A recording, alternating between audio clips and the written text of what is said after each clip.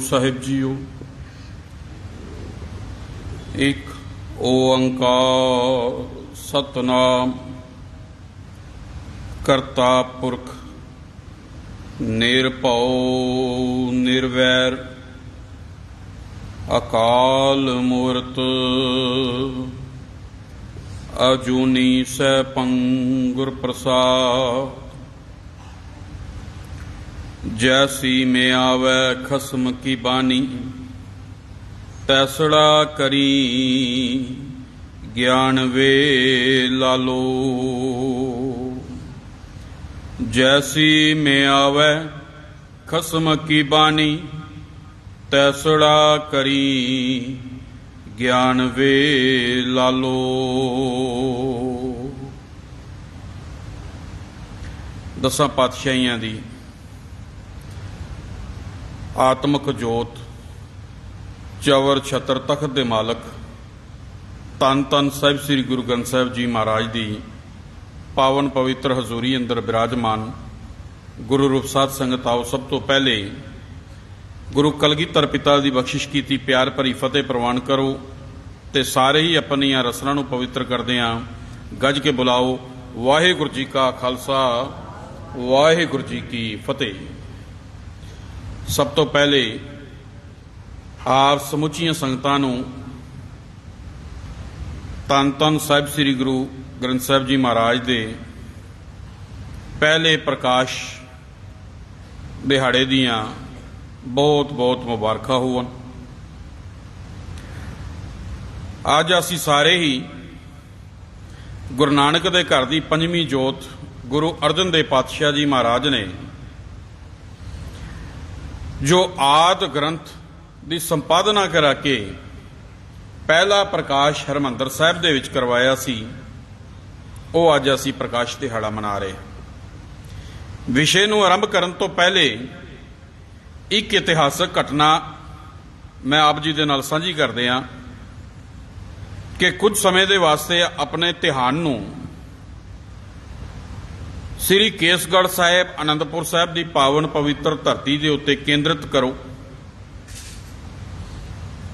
कि धन गुरु गोबिंद सिंह पातशाह जी महाराज के जीवन काल की घटना है कि धन गुरु कलगीधर पातशाह महाराज तख्त पोश के उत्ते विराजमान ने ते संगतां जड़ियां ने वो सतगुरु के पावन दरबार दे विच जुड़ के बैठियां हुई ने ते सिख जड़े ने उन्हां दे दिल दे कुछ शंके ने कुछ सवाल ने। सिख गुरु पातशाह नूं सवाल कर रहे हैं ते गुरु कलगीधर पातशाह उन्हां सिखां दे जिहड़े शंके ने वो निवृत्त कर रहे हैं, उन्हां दे सवालों के जवाब दे रहे हैं। एक ऐसा इतिहासक घटनाक्रम है जिस घटनाक्रम का जिक्र सिख कौम के विद्वान भाई साहब भाई नंद लाल सिंह जी ने आप लिखे है। भाई साहब भाई नंद लाल सिंह जी लिखते ने संमत 1752 भाव 1752 संमत है मगर सुदी नावी सुखदावन मगर सुदी 9 भाव 5 दिसंबर का दिन है। गुरसुरवार सतद्रु तीर बचन कह गुरु नंद सोबीर। गुरसुरवार भाव दिन वीरवार है ते सतद्रु तीर भाव सतलुज दरिया का कंढा है, क्योंकि महाभारत दे विच अध्याय दे विच इस सतलुज दरिया का नाम जड़ा है वो सतद्रु करके लिखे है ते भाई साहब भाई नंद लाल सिंह जी ने उसे नूं अंकित किया ते दिन वीरवार। सवाल जवाब हो रहे ने, दीवान लगे ते सिख जड़े जड़े मन दे विच शंके ने वो गुरु पातशाह के सामने आन के रख रहे ने, सवाल कर रहे ने ते धन गुरु कलगीधर पातशाह उन्हां सवालों के जवाब दे रहे हैं। किसी सिख ने खड़े होकर सतगुरु पातशाह नूं सवाल किया तो सतगुरु ने उसके सवाल का जवाब दिता। कहन लगे गुरसिखो रोजाना गुरु के दर्शन करया करो, नेता प्रति गुरु के दर्शन करया करो। जदों गुरु पातशाह का यह जवाब भाई साहब भाई नंद लाल सिंह जी ने सुनिया ਤੇ ਭਾਈ ਨੰਦ ਲਾਲ ਸਿੰਘ ਜੀ ਉੱਠ ਕੇ ਖੜੇ ਹੋ ਗਏ, ਹੱਥ ਜੋੜ ਕੇ ਖੜੇ ਹੋ ਗਏ ਤੇ ਕਹਿਣ ਲੱਗੇ, ਪਾਤਸ਼ਾਹ, ਜੋ ਆਪ ਜੀ ਨੇ ਇਸ ਸਿੱਖ ਦੇ ਸਵਾਲ ਦਾ ਜਵਾਬ ਦਿੱਤਾ ਹੈ ਕਿ ਰੋਜ਼ਾਨਾ ਗੁਰੂ ਦੇ ਦਰਸ਼ਨ ਕਰਿਆ ਕਰੋ, ਪਰ ਪਾਤਸ਼ਾਹ ਮੇਰੇ ਮਨ ਦੇ ਵਿੱਚ ਤਾਂ ਇੱਕ ਸ਼ੰਕਾ ਪੈਦਾ ਹੋ ਗਈ, ਉਤਪੰਨ ਹੋ ਗਈ। ਤੇ ਸਤਿਗੁਰ ਨੇ ਪੁੱਛਿਆ ਕੀ? ਕਹਿਣ ਲੱਗੇ, ਪਾਤਸ਼ਾਹ, ਜਿਹੜਾ ਸਿੱਖ ਤੁਸੀਂ ਸਰੀਰਕ ਰੂਪ ਦੇ ਵਿੱਚ ਆਨੰਦਪੁਰ ਸਾਹਿਬ ਦੀ ਧਰਤੀ, ਕੇਸਗੜ੍ਹ ਦੀ ਧਰਤੀ ਦੇ ਉੱਤੇ ਬਿਰਾਜਮਾਨ ਹੋ, ਜਿਹੜਾ ਸਿੱਖ ਆਨੰਦਪੁਰ ਦੀ ਧਰਤੀ ਤੇ ਰਹਿੰਦਾ ਹੈ, ਜਿਹੜਾ ਸਿੱਖ ਪੰਜਾਬ ਦੀ ਧਰਤੀ ਤੇ ਰਹਿੰਦਾ ਹੈ, ਉਹ ਤਾਂ ਤੁਹਾਡੇ ਰੋਜ਼ਾਨਾ ਦਰਸ਼ਨ ਕਰ ਸਕੇਗਾ, ਪਰ ਜਿਹੜਾ ਸਿੱਖ ਜੰਮੂ ਕਸ਼ਮੀਰ ਦੀ ਧਰਤੀ ਦੇ ਉੱਤੇ ਵਸਦਾ ਹੈ, ਜਿਹੜਾ ਮਹਾਰਾਸ਼ਟਰਾ ਦੇ ਵਿੱਚ ਵਸਦਾ ਹੈ, ਜਿਹੜਾ ਲਾਹੌਰ ਦੇ ਵਿੱਚ ਵਸਦਾ ਹੈ, ਉਹ ਇਤਨੇ ਦੂਰ ਤੋਂ ਰੋਜ਼ਾਨਾ ਨਿਤਾ ਪ੍ਰਤੀ ਆਣ ਕੇ ਤੁਹਾਡੇ ਦਰਸ਼ਨ ਕਿਵੇਂ ਕਰ ਸਕੇਗਾ? ਪ੍ਰਸ਼ਨ ਕੀਆ ਨੰਦ ਲਾਲ ਜੀ, ਗੁਰੂ ਬਤਾਈਏ ਮੋਹੇ, ਗੁਰੂ ਪਾਤਸ਼ਾਹ ਕਿਰਪਾ ਕਰਕੇ ਦੱਸੋ, ਤੁਮ ਜੋ ਕਹਾ ਗੁਰਦੇਵ ਜੀ, ਦਰਸ਼ ਕਰੋ ਮੋਹੇ ਆਏ, ਲਖੀਏ ਤੁਮਰਾ ਦਰਸ਼ ਕਹਾਂ, ਕਹੋ ਮੋਹੇ ਸਮਝਾਏ। ਹੁਣ ਕਿਰਪਾ ਕਰਕੇ ਦੱਸੋ ਕਿ ਇਹ ਰੋਜ਼ਾਨਾ ਸਿੱਖ ਤੁਹਾਡੇ ਦਰਸ਼ਨ ਕਿਵੇਂ ਕਰ ਸਕੇਗਾ? ਜਿਹੜਾ ਦੂਰ ਰਹਿੰਦਾ ਹੈ, ਜਿਹੜਾ ਵੱਖਰੀਆਂ ਸਟੇਟਾਂ ਦੇ ਵਿੱਚ ਵਸਦਾ ਹੈ, ਉਹ ਨਿਤ ਪ੍ਰਤੀ ਕਿਵੇਂ ਦਰਸ਼ਨ ਕਰ ਸਕੇਗਾ? ਤੇ ਭਾਈ ਨੰਦ ਲਾਲ ਸਿੰਘ ਜੀ ਦਾ ਸਵਾਲ ਸੁਣ ਕੇ ਗੁਰੂ ਪਾਤਸ਼ਾਹ ਮੁਸਕਰਾਉਂਦੇ ਨੇ ਤੇ ਮੁਸਕਰਾ ਕੇ ਪਾਤਸ਼ਾਹ ਜੀ ਮਹਾਰਾਜ ਨੇ ਜਵਾਬ ਦਿੱਤਾ। ਕਹਿਣ ਲੱਗੇ, ਨੰਦ ਲਾਲ ਸਿੰਘ ਜੀ, ਇੱਕ ਗੱਲ ਚੇਤੇ ਰੱਖਿਓ, 3 रूप है मोहे के, सुनो नंद चित लाए, निर्गुण सरगुण गुर शब्द जी, कहो तो समझाए। कहन लगे, भाई नंद लाल सिंह जी, मेरे 3 स्वरूप ने, एक सरगुण स्वरूप है, एक निर्गुण स्वरूप है, ते तीसरा गुरु शब्द का स्वरूप है। हुण जदों सतगुरु पातशाह दे ये जवाब सुनते हैं तो भाई नंद लाल सिंह जी फिर हाथ जोड़ के खड़े हो गए। ते भाई नंद लाल सिंह जी ने अगे फिर सवाल कर दिता, पातशाह मेरा एक होर सवाल है। पातशाह कहन लगे, पूछो। ते भाई नंद लाल सिंह जी ने जवाब दिता, सवाल किया, निर्गुण सरगुण गुरु शब्द जी, कह रूप तुम 3, निर्गुण रूप ना पेखी है, सरगुण सिख अधीन। पातशाह तुहाडे 2 स्वरूपों का मैनू समझ आ गई, सानू पता चल गया। एक आप जी का शब्द स्वरूप है, भाव ज्ञान रूपी स्वरूप है। दूसरा आप जी का सरगुण स्वरूप है, भाव जो खालसे दियां अखां दे विच नूर है, ये सानू पता है आप जी का। जो खालसे दे विच रूह वसदी है, ये सानू पता है, ये आप जी दी है। क्योंकि रहतनामियां भी सतगुरु ने कहा, खालसा मेरो रूप है कास। सतगुरु ये 2 स्वरूपों का समझ आ गई, पर निर्गुण रूप ना भेखी है। सतगुरु तीसरे स्वरूप की समझ दे विच नहीं आई गल। ते धन गुरु कलगीधर पातशाह ने जड़ा जवाब दिता, वह हर सिख नूं समझण वाला है। सतगुरु का जवाब सी भाई नंद लाल सिंह जी नूं, ते भाई नंद लाल सिंह जी ये सवाल जवाब आप सवाल भी कर रहे ने, ते गुरु पातशाह जवाब भी दिंदे ने, ते उसनूं नालों नाल कलमबंद भी कर रहे ने, लिख भी रहे ने। हुण गुरु पातशाह ने जवाब दिता, कहन लगे, भाई नंद लाल सिंह जी, वाहिगुरु जपीए, वाहिगुरु कर ध्यान, मुक्त लाभ सो होए हैं, गुरमुख रिद मेहमान। कहन लगे, ओ अकाल पुरख वाहिगुरु जड़ा है, उस अकाल पुरख वाहिगुरु दे जड़े गुण ने, उस दे गुण रूपी स्वरूप का सिमरन करना मेरा सिमरन करना होएगा। क्योंकि गुरु ते परमेश्वर दे विच कोई भेद नहीं, कोई अंतर नहीं, गुर परमेश्वर एको जान। ते नाल ही ये हदायत भी कर दी, दूसर रूप ग्रंथ जी जान, इसको अंग मेरो करमान, दूसर रूप ग्रंथ जी जान, इसमें भेद न रंचक मान। दरअसल ये गल कह के गुरु कलगीधर पातशाह ने 7 अक्तूबर 1708 की रात नूं जदों गुरु आदि ग्रंथ दे विच गुरु तेग बहादुर पातशाह की बाणी दर्ज करके सिखां नूं गुरु ग्रंथ साहब दे लड़ ला के गुरगद्दी गुरु ग्रंथ साहब जी महाराज नूं दित्ती। उस गुरु ग्रंथ की नींव धन गुरु नानक दे पातशाह जी महाराज आप रख के गए सन। जिस आदि ग्रंथ की संपादना धन गुरु अर्जन देव पातशाह जी महाराज ने करा के 1604 ਦੇ ਵਿੱਚ ਹਰਮੰਦਰ ਸਾਹਿਬ ਦੇ ਵਿੱਚ ਪਹਿਲਾ ਪ੍ਰਕਾਸ਼ ਕਰਵਾਇਆ ਤੇ ਅੱਜ ਜਿਹੜਾ ਅਸੀਂ ਪਹਿਲਾ ਪ੍ਰਕਾਸ਼ ਦਿਹਾੜਾ ਮਨਾ ਰਹੇ ਹਾਂ। ਉਸ ਦੀ ਨੀਂਹ ਗੁਰੂ ਨਾਨਕ ਦੇ ਪਾਤਸ਼ਾਹ ਆਪ ਰੱਖ ਕੇ ਗਏ ਸਨ। ਭਾਵੇਂ ਸੁਮੇਰ ਪਰਬਤ ਦੇ ਉੱਤੇ, ਭਾਵੇਂ ਨਾਨਕ ਮੱਤੇ ਦੀ ਧਰਤੀ ਹੋਵੇ, ਭਾਵੇਂ ਕਦਲੀ ਬਨ ਹੋਵੇ ਤੇ ਭਾਵੇਂ ਅਚਲ ਬਟਾਲੇ ਦੀ ਧਰਤੀ ਹੋਵੇ, ਜਿੱਥੇ ਵੀ ਗੁਰੂ ਨਾਨਕ ਦੇ ਪਾਤਸ਼ਾਹ ਦਾ ਟਾਕਰਾ ਸਿੱਧਾ ਨਾਲ ਹੋਇਆ ਤੇ ਸਤਿਗੁਰੂ ਨਾਨਕ ਦੇ ਪਾਤਸ਼ਾਹ ਜੀ ਮਹਾਰਾਜ ਨੇ ਇਸ ਸ਼ਬਦ ਦੇ ਦੁਆਰਾ, ਗਿਆਨ ਦੇ ਦੁਆਰਾ ਫਤਿਹ ਹਾਸਲ ਕੀਤੀ। ਜੇ ਗੁਰੂ ਨਾਨਕ ਦੇ ਪਾਤਸ਼ਾਹ ਜੀ ਮਹਾਰਾਜ ਸੁਮੇਰ ਪਰਬਤ ਤੇ ਗਏ ਤੇ ਸਤਿਗੁਰੂ ਨਾਨਕ ਦੇ ਪਾਤਸ਼ਾਹ ਦਾ ਟਕਰਾਵ ਸਿੱਧਾ ਨਾਲ ਹੁੰਦਾ ਹੈ ਤੇ ਭਾਈ ਗੁਰਦਾਸ ਜੀ ਲਿਖਦੇ ਨੇ ਸ਼ਬਦ ਜਿੱਤੀ ਸਿੱਧ ਮੰਡਲੀ। ਕਿਸ ਤਰ੍ਹਾਂ ਜਿੱਤੀ? ਸ਼ਬਦ ਗਿਆਨ ਦੇ ਦੁਆਰਾ।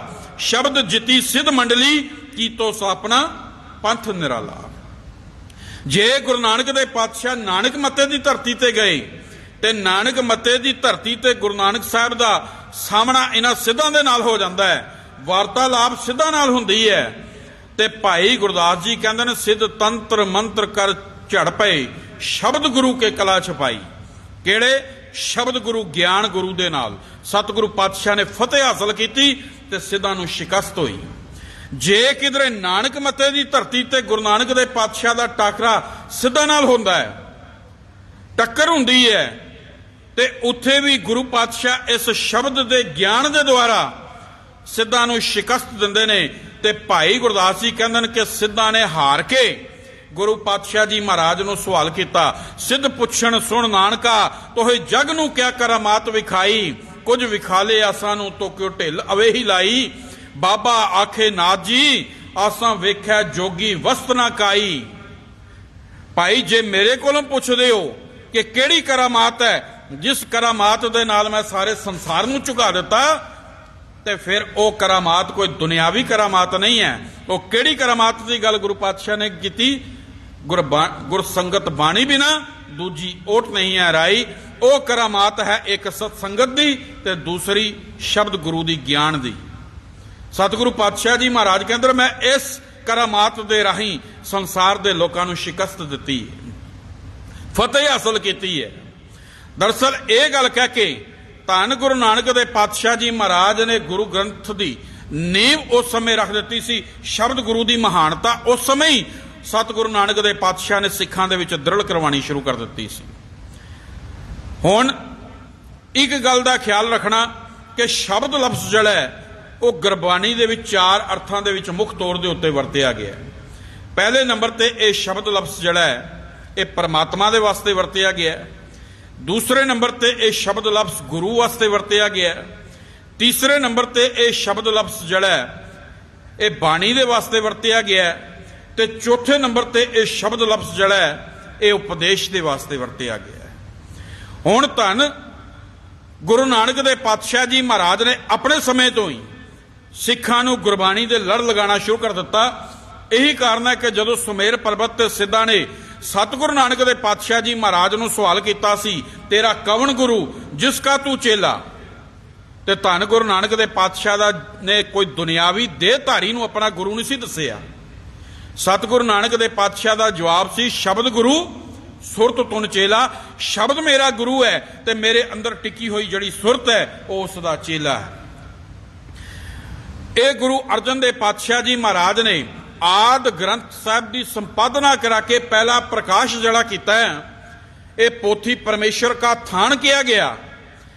ਇਹ ਗੁਰਬਾਣੀ ਦਾ ਸਿਧਾਂਤ ਜਿਹੜਾ ਸੀ ਇਹ ਗੁਰੂ ਨਾਨਕ ਦੇ ਪਾਤਸ਼ਾਹ ਦੇ ਸਮੇਂ ਤੋਂ ਹੀ, ਗੁਰਬਾਣੀ ਦਾ ਸਤਿਕਾਰ ਜਿਹੜਾ ਸੀ ਗੁਰੂ ਨਾਨਕ ਦੇ ਪਾਤਸ਼ਾਹ ਦੇ ਸਮੇਂ ਤੋਂ ਹੀ ਦ੍ਰਿੜ ਕਰਵਾਇਆ ਜਾ ਰਿਹਾ ਸੀ।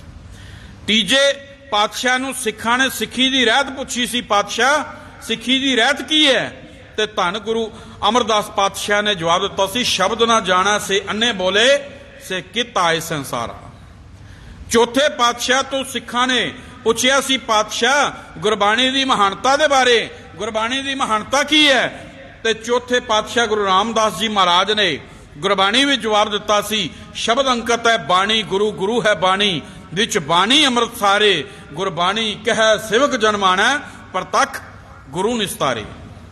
ਪਰ ਅੱਜ ਬਹੁਤ ਸਾਰੇ ਜਿਹੜੇ ਦੇਹਧਾਰੀ ਦੰਬੀ ਤੇ ਪਖੰਡੀ ਜਿਹੜੇ ਗੁਰੂ ਬਣ ਕੇ ਬੈਠੇ ਨੇ, ਜੋ ਅਸੀਂ ਸਮਾਜ ਵਿੱਚ ਦੇਖਦੇ ਹਾਂ ਸੰਸਾਰ ਦੇ ਅੰਦਰ, ਭਾਵੇਂ ਕੋਈ ਸਰਸੇ ਵਾਲਾ ਝੂਠੇ ਸੌਦੇ ਵਾਲਾ ਬਲਾਤਕਾਰੀ ਹੋਵੇ, ਸਾਧ ਹੋਵੇ, ਭਾਵੇਂ ਕੋਈ ਨੂਰ ਮਹਿਲੀਆ ਹੋਵੇ, ਕੋਈ ਨਕਲੀ ਨਿਰੰਕਾਰੀਆ ਹੋਵੇ, ਇਹ ਜਿਤਨੇ ਵੀ ਦੇਹਧਾਰੀ ਬਣ ਕੇ ਬੈਠੇ ਨੇ ਇਹ ਦਾਅਵਾ ਕਰਦੇ ਨੇ ਕਿ ਸ਼ਬਦ ਗੁਰੂ ਨਹੀਂ ਹੋ ਸਕਦਾ, ਕੇਵਲ ਦੇਹ ਗੁਰੂ ਹੋ ਸਕਦੀ ਹੈ। ਪਰ ਜਦੋਂ ਅਸੀਂ ਗੁਰਬਾਣੀ ਦਾ ਸਹਾਰਾ ਲਈਏ ਤੇ ਪਤਾ ਚੱਲਦਾ, ਇਹ ਗੱਲ ਸਪਸ਼ਟ ਹੋ ਜਾਂਦੀ ਹੈ ਕਿ ਧੰਨ ਗੁਰੂ ਗ੍ਰੰਥ ਸਾਹਿਬ ਜੀ ਮਹਾਰਾਜ ਦੇ ਵਿੱਚ ਇਹ ਅੱਜ ਜਿਹੜਾ ਗੁਰੂ ਗ੍ਰੰਥ ਸਾਹਿਬ ਦਾ ਸਰੂਪ ਜਿੱਥੇ ਅਸੀਂ ਮੱਥਾ ਟੇਕਦੇ ਹਾਂ, ਗੁਰੂ ਗੋਬਿੰਦ ਸਿੰਘ ਪਾਤਸ਼ਾਹ ਜੀ ਮਹਾਰਾਜ ਨੇ ਗੁਰਗੱਦੀ ਦਿੱਤੀ, ਇਹ ਸੰਪੂਰਨ ਹੈ। ਕਿਉਂਕਿ ਬਾਅਦ ਦੇ ਵਿੱਚ ਗੁਰੂ ਤੇਗ ਬਹਾਦਰ ਪਾਤਸ਼ਾਹ ਦੀ ਬਾਣੀ ਗੁਰੂ ਦਸਮ ਪਾਤਸ਼ਾਹ ਨੇ ਇਸ ਦੇ ਵਿੱਚ ਅੰਕਿਤ ਕੀਤੀ, ਤੇ ਜਿਹੜਾ ਗੁਰੂ ਅਰਜਨ ਦੇਵ ਪਾਤਸ਼ਾਹ ਨੇ ਪਹਿਲਾ ਪ੍ਰਕਾਸ਼ ਕੀਤਾ ਸੀ ਉਸ ਨੂੰ ਆਦਿ ਗ੍ਰੰਥ ਕਿਹਾ ਜਾਂਦਾ ਹੈ, ਕਿਉਂਕਿ ਉਸ ਸਮੇਂ ਗੁਰੂ ਤੇਗ ਬਹਾਦਰ ਪਾਤਸ਼ਾਹ ਦੀ ਬਾਣੀ ਗੁਰੂ ਗ੍ਰੰਥ ਸਾਹਿਬ ਦੇ ਵਿੱਚ ਦਰਜ ਨਹੀਂ ਸੀ।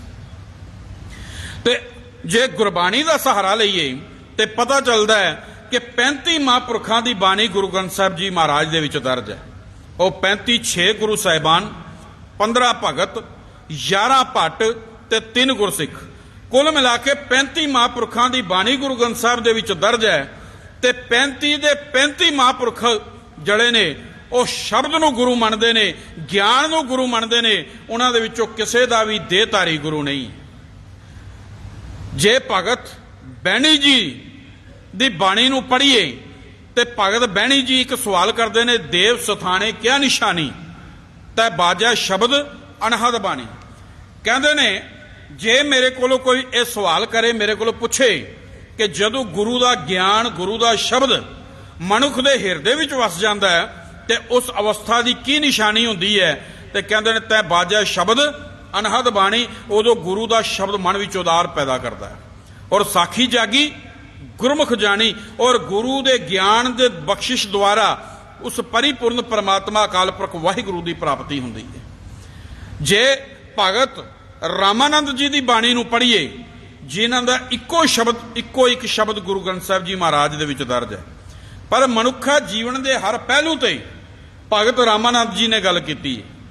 ਤੇ ਜਦੋਂ ਸ਼ਬਦ ਗੁਰੂ ਦੀ ਗੱਲ ਆਈ ਤੇ ਉਹ ਇਹ ਗੱਲ ਕਹਿੰਦੇ ਨੇ, ਰਾਮਾਨੰਦ ਸੁਆਮੀ ਰਮਤ ਬ੍ਰਹਮ ਗੁਰ ਕਾ ਸ਼ਬਦ ਕਾਟੈ ਕੋਟ ਕਰਮ। ਗੁਰੂ ਦਾ ਸ਼ਬਦ ਗਿਆਨ ਮਨੁੱਖ ਦੇ ਕਰੋੜਾਂ ਕੀਤੇ ਹੋਏ ਜੀਵਨ ਦੇ ਪਾਪ ਜਿਹੜੇ ਨੇ ਉਹ ਕੱਟ ਦਿੰਦਾ। ਜੇ ਭਗਤ ਰਵਿਦਾਸ ਜੀ ਦੀ ਬਾਣੀ ਨੂੰ ਪੜ੍ਹੀਏ, ਭਗਤ ਰਵਿਦਾਸ ਜੀ ਜਿਨ੍ਹਾਂ ਦੇ 40 ਸ਼ਬਦ ਗੁਰੂ ਗ੍ਰੰਥ ਸਾਹਿਬ ਜੀ ਮਹਾਰਾਜ ਦੇ ਵਿੱਚ ਦਰਜ ਨੇ, ਤੇ ਭਗਤ ਰਵਿਦਾਸ ਜੀ ਨੇ ਇੱਕ ਬੜੀ ਸੁੰਦਰ ਉਦਾਹਰਨ ਦਿੱਤੀ ਸ਼ਬਦ ਗੁਰੂ ਦੀ ਗੱਲ ਕਰਦੇ ਆ। ਭਗਤ ਰਵਿਦਾਸ ਜੀ ਕਹਿੰਦੇ ਨੇ, ਤਰਤਾਰ ਅਪਵਿੱਤਰ ਕਰਮਾਨੀਆਂ ਰੇ ਜੈਸੇ ਕਾਗਰਾ ਕਰਤ ਵਿਚਾਰੰਗ, ਭਗਤ ਭਗਉਤ ਲਿਖੀਏ ਤੈ ਉਪਰੇ ਪੂਜੀਏ ਕਰ ਨਮਸਕਾਰੰ। ਭਗਤ ਰਵਿਦਾਸ ਜੀ ਨੇ ਇੱਕ ਉਦਾਹਰਨ ਦਿੱਤੀ ਤਾੜੀ ਦੇ ਦਰਖਤ ਦੀ। ਕਹਿੰਦੇ ਤਾੜੀ ਦੇ ਦਰਖਤ ਲੋਕੀ ਘਰਾਂ ਦੇ ਵਿੱਚ ਨਹੀਂ ਲਾਉਂਦੇ, ਉਸ ਤੋਂ ਨਫ਼ਰਤ ਕਰਦੇ ਨੇ, ਉਸ ਨੂੰ ਚੰਗਾ ਨਹੀਂ ਸਮਝਦੇ। ਕਿਉਂ ਨਹੀਂ ਚੰਗਾ ਸਮਝਦੇ? ਕਿਉਂਕਿ ਤਾੜੀ ਦੇ ਦਰਖਤ ਤੋਂ ਸ਼ਰਾਬ ਬਣਦੀ ਤੇ ਉਸ ਨੂੰ ਲੋਕੀ ਸੋਚਦੇ ਨੇ ਕਿ ਇਸ ਤੋਂ ਨਸ਼ਾ ਉਤਪੰਨ ਹੁੰਦਾ ਹੈ, ਨਸ਼ਾ ਪੈਦਾ ਹੁੰਦਾ ਹੈ, ਇਸ ਕਰਕੇ ਉਸ ਨੂੰ ਘਰ ਵਿੱਚ ਨਹੀਂ ਲਗਾਉਂਦੇ, ਚੰਗਾ ਨਹੀਂ ਸਮਝਦੇ। ਪਰ ਕਹਿੰਦੇ ਨੇ ਉਸ ਤਾੜੀ ਦੇ ਦਰਖਤ ਦੀ ਇੱਕ ਖਾਸੀਅਤ ਵੀ ਹੈ। ਉਹ ਖਾਸੀਅਤ ਕਿਹੜੀ ਹੈ ਕਿ ਉਸ ਤਾੜੀ ਦੇ ਦਰਖਤ ਤੋਂ ਕਾਗਜ਼ ਵੀ ਬਣਦਾ ਹੈ। ਹੁਣ ਭਗਤ ਰਵਿਦਾਸ ਜੀ ਕਹਿੰਦੇ ਨੇ, ਜੇ ਤਾੜੀ ਦੇ ਦਰਖਤ ਤੋਂ ਬਣਨ ਵਾਲੇ ਉਸ ਕਾਗਜ਼ ਦੇ ਉੱਪਰ ਪ੍ਰਭੂ ਭਗਤੀ ਦੇ, ਪਰਮਾਤਮਾ ਦੇ ਪਿਆਰ ਦੇ ਸ਼ਬਦ ਲਿਖ ਦਿੱਤੇ ਜਾਣ ਤੇ ਉਹ ਕਾਗਜ਼ ਸਤਿਕਾਰਯੋਗ ਹੋ ਜਾਂਦਾ ਹੈ, ਜੋ ਸਿੱਧਾ ਇਸ਼ਾਰਾ ਧੰਨ ਧੰਨ ਸਾਹਿਬ ਸ੍ਰੀ ਗੁਰੂ ਗ੍ਰੰਥ ਸਾਹਿਬ ਜੀ ਮਹਾਰਾਜ ਵਾਲੇ ਪਾਸੇ ਹੈ। ਜੇ ਭਗਤ ਨਾਮਦੇਵ ਜੀ ਦੀ ਬਾਣੀ ਨੂੰ ਪੜ੍ਹੀਏ ਤੇ ਪਤਾ ਚੱਲਦਾ ਹੈ, ਤੇ ਭਗਤ ਨਾਮਦੇਵ ਜੀ ਇਹ ਦਾਅਵਾ ਕਰਦੇ ਨੇ, ਗੁਰ ਕੇ ਸ਼ਬਦੇ ਇਹ ਮਨ ਰਾਤਾ ਦੁਬਦਾ ਸਹਿ ਸਮਾਨੀ, ਸਭੋ ਹੁਕਮ ਹੁਕਮ ਹੈ ਵਰਤਾ ਵਿਰਲਾ ਸਮਤ ਵਿਚਾਰੀ। ਜੇ ਭਗਤ ਕਬੀਰ ਜੀ ਦੀ ਬਾਣੀ ਨੂੰ ਪੜ੍ਹੀਏ ਤੇ ਭਗਤ ਕਬੀਰ ਜੀ ਤੇ ਇਹ ਗੱਲ ਕਹਿੰਦੇ ਨੇ, ਘਰ ਕੇ ਦੇ ਪਿਤਰ ਕੀ ਛੋਡੀ ਗੁਰ ਕੋ ਸ਼ਬਦ ਲਿਓ, ਕਹਿਤ ਕਬੀਰ ਸਗਲ ਪਾਪ ਖੰਡਨ ਕੋ ਸੰਤਾਂ ਲਹਿ ਉਦਰਿਓ। ਭਗਤ ਕਬੀਰ ਜੀ ਕਹਿੰਦੇ ਨੇ ਕਿ ਜਿਹੜੀ ਸਾਡੇ ਘਰ ਦੇ ਵਿੱਚ ਵਡੇਰਿਆਂ ਦੀ, ਪੁਰਖਿਆਂ ਦੀ ਇੱਕ ਸਦੀਆਂ ਦੀ ਇੱਕ ਮਰਿਆਦਾ, ਇੱਕ ਪਰੰਪਰਾ ਚੱਲੀ ਆ ਰਹੀ ਸੀ ਕਿ ਦੇਹਧਾਰੀ ਨੂੰ ਆਪਣਾ ਗੁਰੂ ਮੰਨ ਕੇ ਉਸ ਦੀ ਪੂਜਾ ਅਰਚਨਾ ਕਰਨੀ। ਕਹਿਣ ਲੱਗੇ ਜਦੋਂ ਤੋਂ ਮੈਨੂੰ ਗੁਰੂ ਸ਼ਬਦ ਦਾ ਗਿਆਨ ਹੋ ਗਿਆ, ਸਮਝ ਆਈ, ਉਦੋਂ ਤੋਂ ਉਸ ਦੇਹਧਾਰੀ ਗੁਰੂ ਦੀ ਪੂਜਾ ਮਾਨਤਾ ਛੱਡ ਕੇ ਕੇਵਲ ਤੇ ਕੇਵਲ ਇਸ ਗਿਆਨ ਦਾ, ਇਸ ਸ਼ਬਦ ਗੁਰੂ ਦਾ ਉੜ ਤੇ ਆਸਰਾ ਲੈ ਲਿਆ। ਤੇ ਅੱਜ ਬਹੁਤ ਸਾਰੇ ਜਿਹੜੇ ਆਪੂ ਬਣੇ ਹੋਏ ਗੁਰੂ ਨੇ ਦੇਹਧਾਰੀ, ਉਹ ਇਹ ਗੱਲ ਕਹਿੰਦੇ ਨੇ ਕਿ ਸ਼ਬਦ ਗੁਰੂ ਨਹੀਂ ਹੋ ਸਕਦਾ। ਗੁਰੂ ਗ੍ਰੰਥ ਸਾਹਿਬ ਜੀ ਮਹਾਰਾਜ ਤਾਂ ਇੱਕ ਪੋਥੀ ਹੈ, ਪੋਥੀ ਤੇ ਬੋਲਦੀ ਨਹੀਂ, ਦੇਹਧਾਰੀ ਤੇ ਬੋਲ ਕੇ ਉਪਦੇਸ਼ ਕਰਦਾ ਹੈ। ਪਰ ਗੁਰੂ ਇਤਿਹਾਸ ਨੂੰ ਪੜ੍ਹ ਕੇ ਦੇਖ ਲਓ। ਇਸ ਲਈ ਉਹ ਦਾਅਵੇ ਕਰਦੇ ਨੇ ਜੇ ਸਤਿਕਾਰ ਕਰਨਾ ਤੇ ਦੇਹਧਾਰੀ ਦਾ ਕਰੋ, ਕਿਉਂਕਿ ਦੇਹਧਾਰੀ ਉਪਦੇਸ਼ ਕਰਦਾ ਹੈ। ਮੈਂ ਆਰੰਭਤਾ ਇੱਥੋਂ ਕੀਤੀ ਸੀ ਕਿ ਸਿੱਖਾਂ ਨੇ ਸਵਾਲ ਕੀਤਾ ਸੀ, ਪਾਤਸ਼ਾਹ ਜੇ ਤੁਸੀਂ ਪੰਜਾਬ ਦੀ ਧਰਤੀ ਤੇ ਹੋ ਤੇ ਜਿਹੜਾ ਜੰਮੂ ਕਸ਼ਮੀਰ ਦੀ ਧਰਤੀ ਤੇ ਹੈ, ਮਹਾਰਾਸ਼ਟਰ ਦੀ ਧਰਤੀ ਤੇ ਹੈ, ਦਿੱਲੀ ਦੇ ਵਿੱਚ ਬੈਠਾ ਹੈ, ਲਾਹੌਰ ਵਿੱਚ ਬੈਠਾ ਹੈ, ਉਹ ਰੋਜ਼ਾਨਾ ਦਰਸ਼ਨ ਕਿਵੇਂ ਕਰ ਸਕੇਗਾ? ਕਿਉਂਕਿ ਦੇਹ ਤਾਂ ਕੇਵਲ ਇੱਕ ਜਗ੍ਹਾ ਇੱਕ ਸਮੇਂ ਬੈਠ ਸਕਦੀ ਹੈ, ਪਰ ਗਿਆਨ, ਇਹ ਸ਼ਬਦ ਜਿਹੜਾ ਹੈ, ਇਹ ਹਰ ਥਾਂ ਦੇ ਉੱਤੇ ਵਿਆਪਕ ਹੈ। ਜੇ ਇਸ ਗੁਰੂ ਨਾਨਕ ਨਗਰ ਦੇ ਗੁਰੂ ਘਰ ਦੇ ਵਿੱਚ ਗੁਰੂ ਗ੍ਰੰਥ ਸਾਹਿਬ ਜੀ ਮਹਾਰਾਜ ਦਾ ਪ੍ਰਕਾਸ਼ ਹੈ ਤੇ ਇਹੀ ਪ੍ਰਕਾਸ਼ ਇਸੇ ਵਕਤ ਪੰਜਾਬ ਦੀ ਧਰਤੀ ਤੇ ਵੀ ਹੈ, ਮਹਾਰਾਸ਼ਟਰ ਦੀ ਧਰਤੀ ਤੇ ਵੀ ਹੈ, ਲਾਹੌਰ ਤੇ ਵੀ ਹੈ, ਤੇ ਅਮਰੀਕਾ, ਕੈਨੇਡਾ ਤੇ ਫੋਰਨ ਕੰਟਰੀਆਂ ਦੇ ਵਿੱਚ ਵੀ ਹੈ। ਕਿਉਂਕਿ ਗਿਆਨ ਹਰ ਥਾਂ ਵਿਆਪਕ ਹੈ, ਦੇਹ ਕੇਵਲ ਇੱਕ ਜਗ੍ਹਾ ਰਹਿ ਸਕਦੀ ਹੈ। ਇਸੇ ਕਰਕੇ ਇਹੀ ਕਾਰਨ ਸੀ ਕਿ ਸਤਿਗੁਰੂ ਪਾਤਸ਼ਾਹ ਜੀ ਮਹਾਰਾਜ ਨੇ ਦੇਹਧਾਰੀ ਪਰੰਪਰਾ ਨੂੰ ਖਤਮ ਕਰਕੇ ਸਿੱਖ ਨੂੰ ਗਿਆਨ ਦੇ ਸ਼ਬਦ ਦੇ ਲੜ ਲਾਇਆ ਸੀ, ਗੁਰੂ ਗ੍ਰੰਥ ਸਾਹਿਬ ਜੀ ਮਹਾਰਾਜ ਦੇ ਲੜ ਲਾਇਆ ਸੀ। ਤੇ ਜਦੋਂ ਅਸੀਂ ਸਿੱਖ ਇਤਿਹਾਸ ਦਾ ਸਹਾਰਾ ਲਈਏ ਤੇ ਪਤਾ ਚੱਲਦਾ ਹੈ ਕਿ ਧੰਨ ਗੁਰੂ ਅਰਜਨ ਦੇਵ ਪਾਤਸ਼ਾਹ ਜੀ ਮਹਾਰਾਜ ਨੂੰ ਜਦੋਂ ਗੁਰੂ ਰਾਮਦਾਸ ਜੀ ਮਹਾਰਾਜ ਨੇ ਗੁਰਤਾ ਗੱਦੀ ਦੀ ਜ਼ਿੰਮੇਵਾਰੀ ਸੌਂਪੀ, ਤੇ ਕੇਵਲ ਜ਼ਿੰਮੇਵਾਰੀ ਨਹੀਂ ਸੀ ਸੌਂਪੀ, ਬਲਕਿ ਗੁਰੂ ਨਾਨਕ ਸਾਹਿਬ ਤੋਂ ਲੈ ਕੇ ਗੁਰੂ ਰਾਮਦਾਸ ਪਾਤਸ਼ਾਹ ਤੱਕ ਜੋ ਗੁਰਬਾਣੀ ਦੀਆਂ ਸੰਚੀਆਂ, ਜੋ ਪੋਥੀ ਸਾਹਿਬਾਨ ਸੀ, ਉਹ ਵੀ ਸਮਰਪਿਤ ਕੀਤੀ ਸੀ। ਤੇ ਧੰਨ ਗੁਰੂ ਅਰਜਨ ਦੇਵ ਪਾਤਸ਼ਾਹ ਜੀ ਮਹਾਰਾਜ ਨੇ ਸਿੱਖ ਕੌਮ ਦੇ ਮਹਾਨ ਵਿਆਖਿਆਕਾਰ ਭਾਈ ਸਾਹਿਬ ਭਾਈ ਗੁਰਦਾਸ ਜੀ ਦੇ ਕੋਲੋਂ ਰਾਮਸਰ ਸਰੋਵਰ ਦੇ ਕੰਢੇ ਉੱਤੇ ਬਿਠਾ ਕੇ ਆਦ ਗ੍ਰੰਥ ਦੀ ਸੰਪਾਦਨਾ ਕਰਵਾਈ ਸੀ। ਆਦ ਗ੍ਰੰਥ ਮੈਂ ਫਿਰ ਬੇਨਤੀ ਕਰਦੀ ਹਾਂ ਇਸ ਕਰਕੇ ਕਿ ਉਸ ਸਮੇਂ ਗੁਰੂ ਤੇਗ ਬਹਾਦਰ ਪਾਤਸ਼ਾਹ ਦੀ ਬਾਣੀ ਆਦ ਗ੍ਰੰਥ ਦੇ ਵਿੱਚ ਦਰਜ ਨਹੀਂ ਸੀ। ਇਹ ਬਾਅਦ ਦੇ ਵਿੱਚ ਗੁਰੂ ਗੋਬਿੰਦ ਸਿੰਘ ਪਾਤਸ਼ਾਹ ਜੀ ਮਹਾਰਾਜ ਨੇ ਦਰਜ ਕਰਕੇ ਤੇ 1708 ਦੀ ਰਾਤ ਨੂੰ ਗੁਰੂ ਗ੍ਰੰਥ ਸਾਹਿਬ ਜੀ ਮਹਾਰਾਜ ਦੇ ਲੜ ਲਾਇਆ, ਗੁਰੂ ਗੱਦੀ ਗੁਰੂ ਗ੍ਰੰਥ ਸਾਹਿਬ ਜੀ ਨੂੰ ਦਿੱਤੀ। ਹੁਣ ਗੁਰੂ ਅਰਜਨ ਦੇਵ ਪਾਤਸ਼ਾਹ ਨੇ ਭਾਈ ਗੁਰਦਾਸ ਜੀ ਤੋਂ ਆਦ ਗ੍ਰੰਥ ਦੀ ਸੰਪਾਦਨਾ ਕਰਵਾਈ। ਭਾਈ ਗੁਰਦਾਸ ਜੀ ਨੇ ਰਾਮਸਰ ਸਰੋਵਰ ਦੇ ਕੰਢੇ ਉੱਤੇ ਬੈਠ ਕੇ ਆਦ ਗ੍ਰੰਥ ਦੀ ਜਦੋਂ ਸੰਪੂਰਨਤਾ ਕੀਤੀ ਤੇ ਪਹਿਲਾ ਪ੍ਰਕਾਸ਼ 1604 ਈਸਵੀ ਦੇ ਵਿੱਚ ਹਰਮੰਦਰ ਸਾਹਿਬ ਦੀ ਧਰਤੀ ਦੇ ਉੱਤੇ ਦਰਬਾਰ ਸਾਹਿਬ ਦੇ ਅੰਦਰ ਆਦ ਗ੍ਰੰਥ ਦਾ ਕੀਤਾ ਗਿਆ। ਤੇ ਉਹ ਇਤਿਹਾਸਕਾਰ ਲਿਖਦੇ ਨੇ ਕਿ ਉਸ ਸਮੇਂ ਬਾਬਾ ਬੁੱਢਾ ਜੀ ਨੂੰ ਪਹਿਲਾ ਹੈਡ ਗ੍ਰੰਥੀ ਨਿਯੁਕਤ ਕੀਤਾ ਗਿਆ ਤੇ ਬਾਬਾ ਬੁੱਢਾ ਜੀ ਨੂੰ ਗੁਰੂ ਗ੍ਰੰਥ ਸਾਹਿਬ ਜੀ ਮਹਾਰਾਜ ਦੀ ਤਾਬਿਆ ਦੇ ਵਿੱਚ ਗੁਰੂ ਪਾਤਸ਼ਾਹ ਨੇ ਆਪ ਬਿਠਾਇਆ ਤੇ ਆਪ ਸਤਿਗੁਰੂ ਪਾਤਸ਼ਾਹ ਸੰਗਤ ਦੇ ਵਿੱਚ ਜਾ ਕੇ ਬੈਠੇ ਨੇ। ਤੇ ਉਸ ਸਮੇਂ ਗੁਰੂ ਗ੍ਰੰਥ ਸਾਹਿਬ ਦਾ ਪ੍ਰਕਾਸ਼ ਕਰਕੇ ਅਰਦਾਸ ਕਰਕੇ ਜਿਹੜਾ ਹੁਕਮਨਾਮਾ ਆਇਆ, ਉਹ ਹੁਕਮਨਾਮਾ ਸੀ ਸੋਰਠ ਮਹੱਲਾ ਪੰਜਵਾਂ ਵਿੱਚ ਕਰਤਾ ਪੁਰਖ ਖਲੋਵਾ ਵਾਲ ਨਾ ਵਿੰਗਾ ਹੋ। ਇਹ ਪਹਿਲਾ ਹੁਕਮਨਾਮਾ ਆਇਆ। ਤੇ ਫਿਰ ਜਦੋਂ ਸ਼ਾਮ ਨੂੰ ਗੁਰੂ ਗ੍ਰੰਥ ਸਾਹਿਬ ਜੀ ਆਦ ਗ੍ਰੰਥ ਦੀ ਸੁਖਾਸਨ ਸਾਹਿਬ ਕੀਤਾ ਗਿਆ ਤੇ ਸੁਖਾਸਨ ਕਰਨ ਤੋਂ ਬਾਅਦ ਅੱਜ ਵੀ ਉਹ ਮਰਿਆਦਾ ਅੱਜ ਤੱਕ ਚਲੀ ਆਉਂਦੀ ਹੈ ਕਿ ਅਕਾਲ ਤਖਤ ਸਾਹਿਬ ਕੋਠਾ ਸਾਹਿਬ ਜਿੱਥੇ ਰਾਤ ਨੂੰ ਗੁਰੂ ਗ੍ਰੰਥ ਸਾਹਿਬ ਜੀ ਮਹਾਰਾਜ ਦਾ ਸੁਖਾਸਨ ਕੀਤਾ ਜਾਂਦਾ ਹੈ, ਉੱਥੇ ਜਦੋਂ ਸੁਖਾਸਨ ਕੀਤਾ ਜਾਣ ਲੱਗਾ, ਮਹਾਰਾਜ ਨੂੰ ਵਿਰਾਜਮਾਨ ਕੀਤਾ ਜਾਣ ਲੱਗਾ, ਤੇ ਉਹ ਤਖਤ ਪੋਸ਼ ਜਿਸ ਦੇ ਉੱਤੇ ਗੁਰੂ ਪਾਤਸ਼ਾਹ ਵਿਰਾਜ ਹੋਇਆ ਕਰਦੇ ਸਨ, ਉਸ ਤਖਤ ਪੋਸ਼ ਦੇ ਉੱਤੇ ਗੁਰੂ ਗ੍ਰੰਥ ਸਾਹਿਬ ਜੀ ਮਹਾਰਾਜ ਦਾ ਸੁਖਾਸਨ ਕੀਤਾ ਗਿਆ ਤੇ ਗੁਰੂ ਅਰਜਨ ਦੇਵ ਪਾਤਸ਼ਾਹ ਨੇ ਉਸ ਤਖਤ ਪੋਸ਼ ਤੋਂ ਥੱਲੇ ਪੁੰਜੇ ਜ਼ਮੀਨ ਦੇ ਉੱਤੇ ਵਿਸ਼ਰਾਮ ਕਰਨਾ ਸ਼ੁਰੂ ਕਰ ਦਿੱਤਾ, ਜਿਸ ਤੋਂ ਇਹ ਸਪਸ਼ਟ ਸੀ ਕਿ ਸ਼ਬਦ ਜਿਹੜਾ ਉਹ ਉੱਚਾ ਹੋ ਗਿਆ ਸੀ ਤੇ ਦੇਹ ਜਿਹੜੀ ਹੈ, ਸਰੀਰ ਜਿਹੜਾ ਹੈ, ਉਹ ਥੱਲੇ ਚਲਾ ਗਿਆ ਸੀ। ਤੇ ਫਿਰ ਸਿੱਖਾਂ ਨੇ ਸਤਿਗੁਰੂ ਪਾਤਸ਼ਾਹ ਨੂੰ ਜਦੋਂ ਵੇਖਿਆ ਕਿ ਉਹ ਪੁੰਜੇ ਜ਼ਮੀਨ ਦੇ ਉੱਤੇ ਵਿਸ਼ਰਾਮ ਕਰ ਰਹੇ ਨੇ ਤੇ ਆਦ ਗ੍ਰੰਥ ਦਾ ਸੁਖਾਸਨ ਕਰਕੇ ਤਖਤ ਪੋਸ਼ ਦੇ ਉੱਤੇ ਬਿਰਾਜਮਾਨ ਕੀਤਾ, ਤੇ ਉਸ ਸਮੇਂ ਸਿੱਖਾਂ ਨੇ ਸਤਿਗੁਰੂ ਪਾਤਸ਼ਾਹ ਨੂੰ ਇੱਕ ਸਵਾਲ ਕੀਤਾ ਕਿ ਪਾਤਸ਼ਾਹ ਤੁਸੀਂ ਆਪ ਗੁਰੂ ਹੋ ਕੇ ਗੁਰਬਾਣੀ ਨੂੰ ਇਤਨਾ ਸਤਿਕਾਰ ਕਿਉਂ ਦੇ ਰਹੇ ਹੋ? ਤੇ ਸਤਿਗੁਰੂ ਪਾਤਸ਼ਾਹ ਦਾ ਜਵਾਬ ਸੀ, ਮਮ ਆ ਗਿਆ ਸਭ ਹੀ ਸੁਣੋ, ਸਤ ਬਚਨ ਨਿਰਧਾਰ ਗ੍ਰੰਥ ਗੁਰੂ ਸਭ ਮਾਣਿਓ, भेद ना कहू विचार। उस तो बाद 6वें 7वें 8वें 9वें ते 10 गुरु साहिबान तक ये मर्यादा बन गई सी कि जिथे गुरु ग्रंथ साहिब जी महाराज का प्रकाश हुंदा सी वो तख्त पोश के उत्ते नहीं सन बैठिया करते, बल्कि पुंजे थले बैठिया करते सन। 6वें पातशाह के जीवन काल की घटना है, असी इतिहासक घटनावां का जिक्र कर रहे हैं कि 6वें पातशाह का दरबार लग्या होया सी। सतगुरु पातशाह जी महाराज ने हुक्म किया कि भाई दरबार दे विच कोई ऐसा सिख है जिहड़ा मैनूं जपजी साहिब का संपूर्ण शुद्ध पाठ सुना सके। ते भाई गोपाला जी हाथ जोड़ के खड़े हो गए, पातशाह जे तुहाडी रहमत होए, जे तुहाडी कृपा होए, जे तुसी अपनी बख्शिश का हथ मेरे सिर दे उत्ते रख दिओ ते पातशाह मैं एक निमाणा जिहा यतन कर सकदा, एक कोशिश कर सकदा। धन गुरु हरगोबिंद पातशाह ने मुस्करा के हुक्म किया, भाई गोपाला जी जपजी साहिब का पाठ सुनाओ। ते भाई गोपाला जी ने जदों जपजी साहिब का शुद्ध पाठ सुनाया ते धन गुरु हरगोबिंद पातशाह जी महाराज इतने प्रसन्न होए। कई इतिहासकारों ने इत्थे लिखिया है कि गुरु पातशाह ज्यों ज्यों पाठ सुनाउंदे गए वो अपना सिंघासन छड़ के पिछे हुंदे गए कि इन्हां असीं गुरगद्दी की जिम्मेवारी सौंप देनी है। पर यह गल समझ दे विच नहीं आउंदी, क्योंकि गुरु नानक दे पातशाह ने जदों भाई लहणा जी नूं गुरु अंगद दे पातशाह बनाया तो 7 साल प्रीख्या लई, ते जदों गुरु अंगद दे पातशाह जी महाराज ने गुरु अमरदास जी नूं गुरु बनाया तो 11 साल प्रीख्या लई। इसे तरह गुरु रामदास पातशाह, गुरु अर्जन देव पातशाह तक, गुरु हरगोबिंद पातशाह तक ते केवल जपजी साहिब का पाठ सुन के गुरगद्दी की जिम्मेवारी सौंपते नहीं। ये इतिहासकारां ने बहुत लिखिया, पर गुरमत की कसौटी के उत्ते ये गल शायद पूरी नहीं उतरती। परंतु जिन्हां इतिहासकारां ने खोज की उन्होंने यह गल लिखी कि धन गुरु हरगोबिंद पातशाह जी महाराज ने प्रसन्न होकर भाई गोपाला जी नूं अपना सब तो प्यारा घोड़ा जिहड़ा सी वो भेटा दे वजों सौंप दिता ते घुट के अपनी गलवकड़ी दे नाल ला लिया।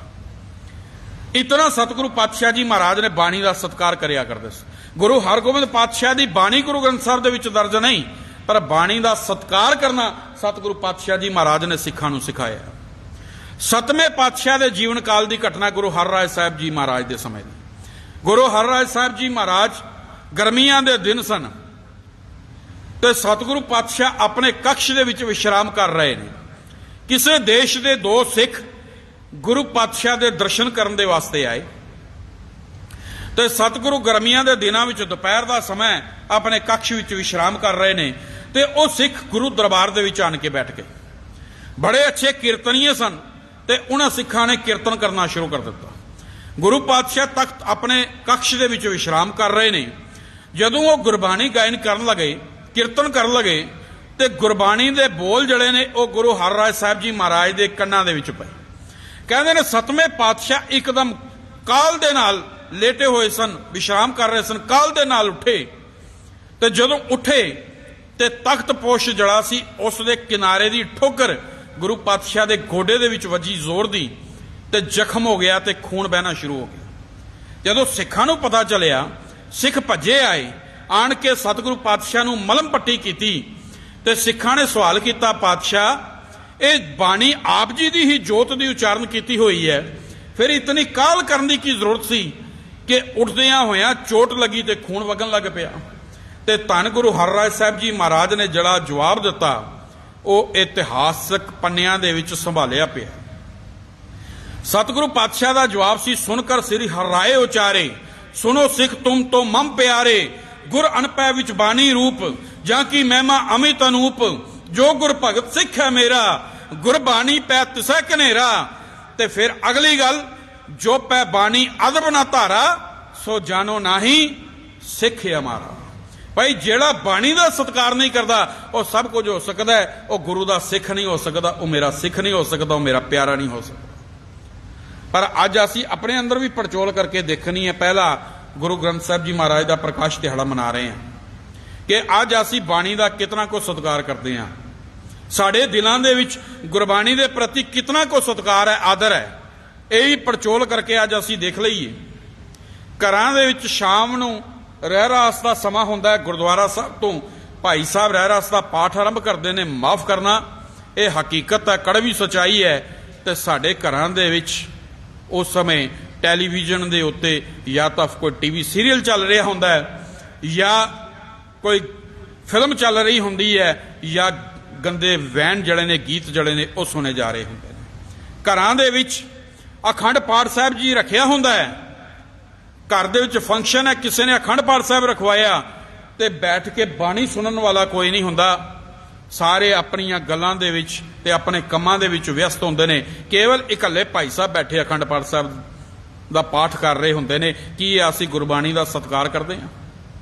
कि ये गुरबाणी दी असीं नरादरी नहीं करदे? ये गुरबाणी दी नरादरी नहीं है।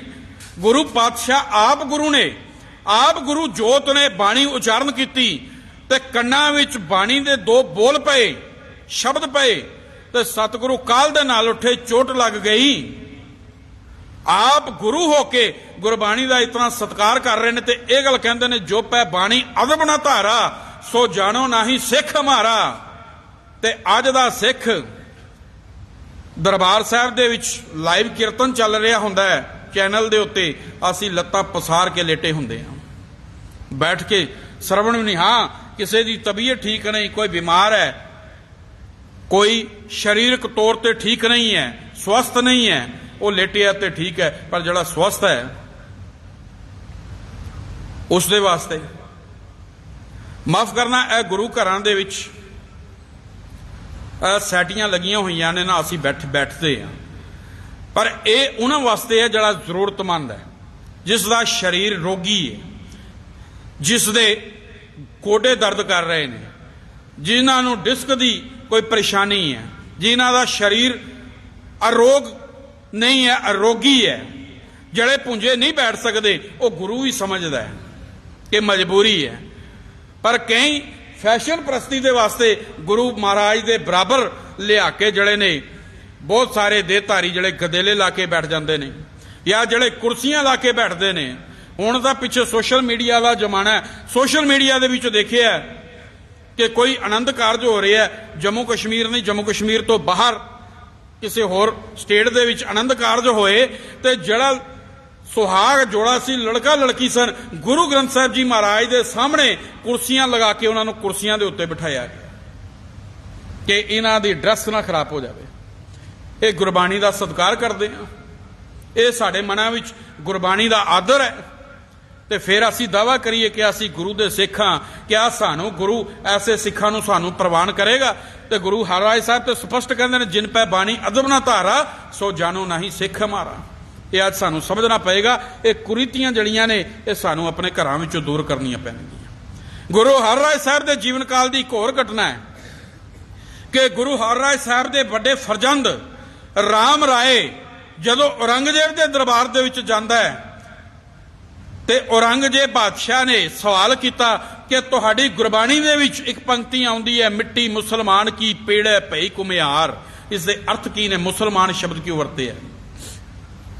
ते राम राय ने औरंगजेब बादशाह नूं प्रसन्न करने वास्ते गुरबाणी की पंक्ति बदल दी। कहन लगा, बादशाह सलामत, उत्थे मिट्टी मुसलमान नहीं लिखिया, उत्थे लिखिया मिट्टी बेईमान की पेड़ पई कुम्हार। मुसलमान शब्द की थां उसने बेईमान शब्द वरतिया।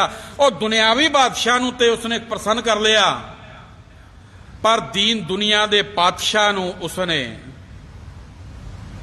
नाराज कर दिता। तो जदों इस गल का पता गुरु हरराज साहब जी महाराज नूं चलदा है ते वड्डा पुत्र है, फरजंद है, ते धन गुरु हरराज साहब जी महाराज ने यह हुक्मनामा जारी कर दिता कि इसने गुरु नानक दे घर दी बाणी की तुक बदलने की तोहीन की है, गुस्ताखी की है। इस करके अज तो बाद कोई भी सिख जड़ा है इस राम राय नूं कदी मूँह मत्थे ना लावे। यही कारण है कि अज तक मौजूदा समय तक राम राइयां दा सिख कौम दे विचों बाईकाट होया पिया, उन्हां नाल साडी रोटी बेटी दी कोई सांझ नहीं। ते अज कितने ही ऐसे दंभी पखंडी होणगे जिहड़े निता प्रति गुरबाणी दीयां तुक्कां बदल दिंदे ने, अपनी मर्जी के अनुसार अर्थ करते हैं, अर्थ दे निरर्थ करते हैं, गुरबाणी दीयां तुक्कां बदलते हैं। पर साडे सिख फिर भी तड़ा तड़ उन्हां दे डेरियां ते जाके नतमस्तक हो रहे हैं। गुरु पातशाह जी महाराज ने इसे करके देहधारी गुरु परंपरा खत्म करके शब्द गुरु साहिब श्री गुरु ग्रंथ साहिब जी महाराज दे लड़ लाया। मैं एक छोटी जी उदाहरण दिया। देखो शरीरक देहधारी ते इस ज्ञान शब्द गुरु दे विच अंतर कितना है, फर्क की है। देहधारी गुरु जे कोई कमरे विच बैठा होए, कोई बीबी अंदर चली जाए, माफ करना मैं एक एग्जाम्पल दे रहा, तो घंटा 2 घंटे बैठ के जो बाहर निकले ना, तो दुनिया के लोग शायद शक की निगाह नाल देखणगे कि दोनों इकट्ठे घले क्यों बैठे सन बंद कमरे दे विच।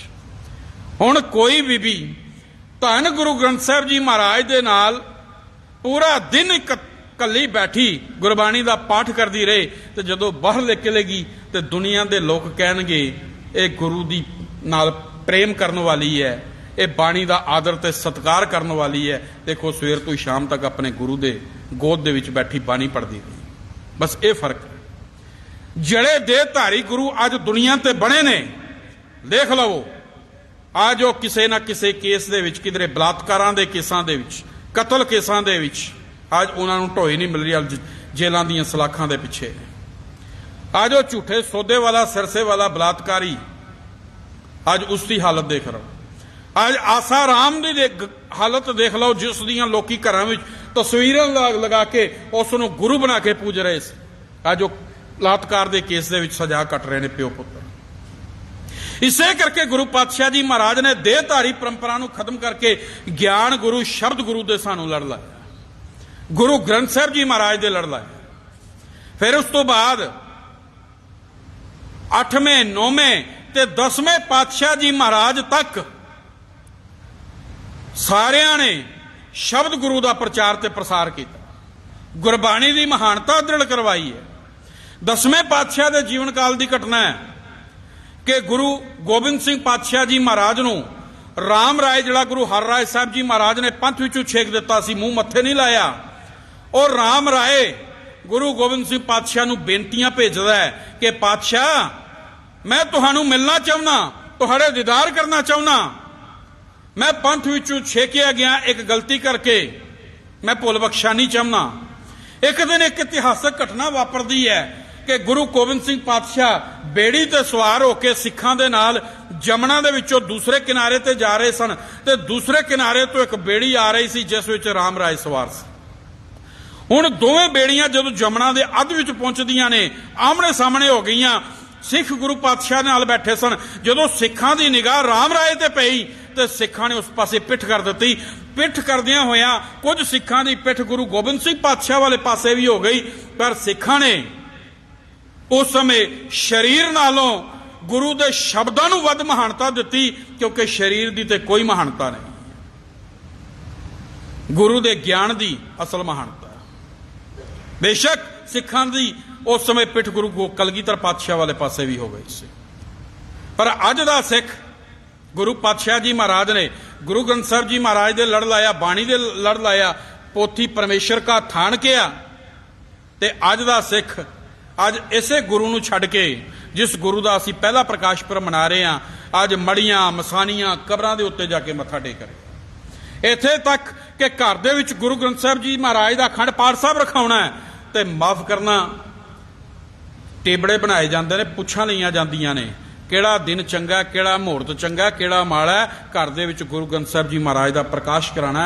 गुरु ग्रंथ साहिब की बाणी की कहती है, थित वार ना जोगी जाना, रुत महाना कोई, जां करता सिरठी को साजे, आपे जाना सोई। फिर साडे मनां विच बाणी का सत्कार कित्थे है?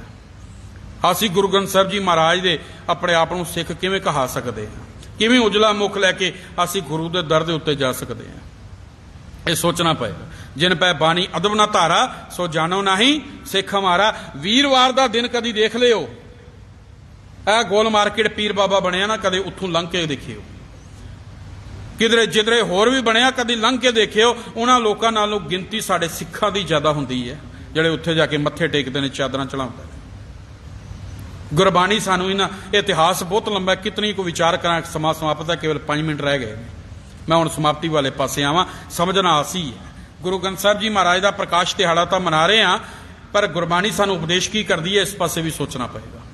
रहतनामिਆਂ विच लिखिया है, गुरु का उपदेश सी, पहन की पूजा करे, शब्द ना निवावै सीस, सो साकत निगुरा सदा, मारिया सिरी जगदीश। जो प्राप्त होना है गुरु के ज्ञान विच होना है, शरीर विचों कुछ भी नहीं लभना सानूं। इस करके देहधारियां दा खैड़ा छड्डीए, शब्द गुरु ज्ञान गुरु ग्रंथ साहिब जी महाराज दे लड़ लगी। एक इतिहासक हवाला मैं आप जी दे सामने रखा। औरंगजेब बादशाह दी एक लड़की सी जिसका नाम सी जेबो निशां। कहंदे बहुत वड्डी कविशर सी। एक बार दिल्ली दे विच दिल्ली दीयां सड़कां ते कोई फकीर जा रहा सी ते जाणदियां रस्ते दे विच फकीर नूं एक कागज दा टुकड़ा दिखाई दिता। उसके उपर कुछ चंद सतरां लिखियां सन। उसने जमीन तो चुकिया ते उन्हां कागज दे टुकड़े नूं हत्थ विच लैके उसने वो कविता दीयां चंद सतरां पढ़ियां ते कहंदे ने इतना प्रभावित होया कि उसके मन विच इच्छा प्रगट होई कि इस कवि नूं मैं मिलना, इहदे दीदार करने। कहंदे ने पता करदियां करदियां उसनूं पता चलिया कि यह कवि कोई होर नहीं, ये हिंदुस्तान के बादशाह औरंगजेब की धी जेबो निशां औरंगजेब के दरबार दे विच पहुंच गया। तो औरंगजेब के दरबार दे विच जाके कहंदा बादशाह सलामत, मैं तेरी धी जेबो निशां दे दीदार करना चाहुंदा, उसनूं मिलना चाहुंदा। कहंदे ने मुतसवी बादशाह सड़वल गया ते कहंदा तेरी इतनी जुरत कि तू मेरी बेटी जेबो निशां वास्ते इस तरह के ख्यालात रखें। कहंदा लै जाओ इसनूं ते कतलगाह दे विच जाके इहदा सिर कलम कर दे। हुण जदों कतलगाह विच ले जाके उहदा सिर कलम करन लगे ते सिर कलम करन तो पहलां इस्लामिक शरह दे मुताबिक उसनूं अंतिम इच्छा पूछी गई, दस तेरी अंतिम इच्छा की है। मरण तो पहलां उन्हें अपनी अंतिम इच्छा यही दस दी। कहन लगा जी मैं मरण तो पहलां औरंगजेब की लड़की जेबो निशां नूं मिलना चाहुंदा। हुण इस्लामिक शरह का सवाल खड़ा हो गया। औरंगजेब तक गल पहुंची। औरंगजेब ने अपनी लड़की जेबो निशां नूं बुलाया ते बुला के कहन लगा बेटा इस्लामिक शरह का सवाल खड़ा हो गया है। उसने अपनी अंतिम इच्छा तेनू मिलन की जाहिर की है, तू एक बार उसके सामने चली जा, उस तो बाद उसनूं कतल कर दिता जाएगा। तो जेबो निशां ने जिहड़ा जवाब दिता वह समझण वाला सी। कहन लगी अबा हजूर, जे किधरे ओ फकीर ओ महात्मा मेरे कविता दे लिखे हुए शब्दों के विचों मेरे दर्शन नहीं कर सकिया ते इस हड्ड मास लहू ते गंदगी दे नाल लथपथ शरीर के दर्शन करके इस विचों की प्राप्त कर लेगा। क्योंकि शरीर की तो कोई महानता नहीं, महानता तो शब्द दी है, ज्ञान दी है। इसे करके गुरु पातशाह जी महाराज कहते ने सो गुर करो जे बोहर ना करना, भाई गुरु ओ धारण करो जिहड़ा तुहानूं मुड़ के धारण ना करना पवे। शरीर अज है कल बिनसनहारा नाशवंत है, नाश हो जाएगा, पर यह शब्द ये ज्ञान ऐसा है जो पहला भी मौजूद सी, अज भी है ते सदियां तक दुनिया फना हो जाएगी, ये ज्ञान फिर भी मौजूद रहेगा। गुर का शब्द बसै जी नाले, जल नहीं डूबे तस्कर नहीं लेवे, पहा ना साके जाले। ये ऐसे शब्द गुरु दे लड़ लगे। ते सो गुर करो जे बोहर ना करना, भाई ऐसा गुरु धारण करो जड़ा मुड़ के ना धारण करना पवे। एक घटना मैं आप जी नाल साझी करके समाप्ति करा। कहंदे ने कोई बंदा किसी महापुरखों कोल गया। ज्ञानी जसवंत सिंह जी परवाना सिख कौम के बड़े विद्वान ने, कथावाचक ने, उन्होंने एक घटना का एक जिक्र किया। कहंदे कोई बंदा किसी महापुरखों कोल गया तो जाके कहंदा है कि महापुरखो मैनू अपना गुरु बना लो, तो मैनू तुसी मेरे गुरु बन जाओ, तो मैनू अपना चेला बना लो। महापुरखा ने वेखिया निगाह भर के ते कहन लगे की गल भले पुरुषा, तेरी इतनी उम्र हो गई तो तू अज तक कोई गुरु धारण नहीं किया, निगुरा ही घूमदा है। क्योंकि ते अगू वो जवाब दिंदा, कहंदा नहीं गुरु तो महापुरुषों मैं धारण किया सी अज तो कुछ समा पहला, पर वो चढ़ाई कर गया शरीरक रूप दे विच। फिर दूसरा धारण किया वह भी चढ़ाई कर गया, फिर तीसरा धारण किया वह भी चढ़ाई कर गया। मैं अपने जीवन काल दे 60 साल दे समय दे विच 5 गुरु धारण किए ते पंजों दे पंजों विछोड़ा दे गए, पंजों दे पंज चढ़ाई कर गए। हुण तुहाडे बारे सुनिया ते हुण 6वां तुहानूं गुरु धारण करने वास्ते आया। ते महापुरख बड़े सियाणे सन, वो कहन लगे भलिया पुरुषा, वो अगे 5 का नंबर ला आया, हुण 6वां मेरा भी कंडा कढ़ना चाहना है। आ तेनू ऐसे गुरु दे लड़ लावां ਜਿਹੜਾ ਜਨਮ ਮਰਨ ਦੋਹੂ ਮੈਂ ਨਹੀਂ, ਜਨ ਪਰ ਉਪਕਾਰੀ ਆਏ, ਜੀ ਦਾਨ ਦੇ ਭਗਤੀ ਲਾਇਨ ਹਰ ਸਿਓ ਲੈਣ ਮਿਲਾਏ।